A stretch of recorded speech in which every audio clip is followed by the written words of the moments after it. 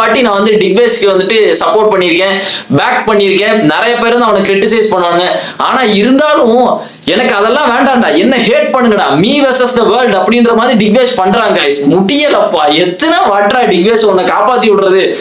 ஆனா ரிஷப் பண்டோட நல்ல மனசு, ரிஷப் பண்ணிட்டு நீ நல்லா இருப்படா, நீ நல்லா இருப்படா, அதாவது செஞ்சுரி போட்டு எனக்கு அதெல்லாம் தேவையில்லை, வேணாம் வேணாம் விட்டுரு விட்டுரு அப்படின்ற மாதிரி ஒரு ஹோல்சம் மூமெண்ட்டை கொடுத்துட்டு நெஞ்ச நக்கிட்டு போயிட்டாங்க ரிஷப் பண்ட். அப்படியே இன்னைக்கு சே வேற லெவல். இன்னைக்கு ரிஷப் பண்ட் கடைசி மேட்ச்ல நீ ஃபார்முக்கு வந்து பயமுறுத்து ஆர்சிபியை போட்டு என்ன அடி. நான் என்ன நினைச்சிட்டு இருந்தேன்னா, நான் ஏற்கனவே சொல்லேன், டிக்வேஷ் வந்துட்டு விராட் கோலி விக்கெட் எடுக்கணும், விராட் கோலி விக்கெட் எடுத்துட்டு சைன் போடணும், அம்பையர் வந்துட்டு நோபால் தரணும் அப்படின்னு சொன்னேன்.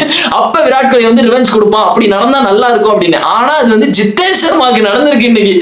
எப்படியோ அந்த யூனிவர்ஸ் வந்து அது கொடுக்குது பாருங்களேன். நான் ஒண்ணு எதிர்பார்த்தேன், அது வேற ஒண்ணு கொடுத்துட்டு போயிட்டு நான் விராட் கோலிக்கு எதிர்பார்த்தேன். ஆனா அது ஜித்தேஷ் சர்மாக்கு வந்து என்னமா நடக்குதுடா இன்னைக்கு மேட்ச்ல. மயங்க் அகர்வால் ஃபர்ஸ்ட்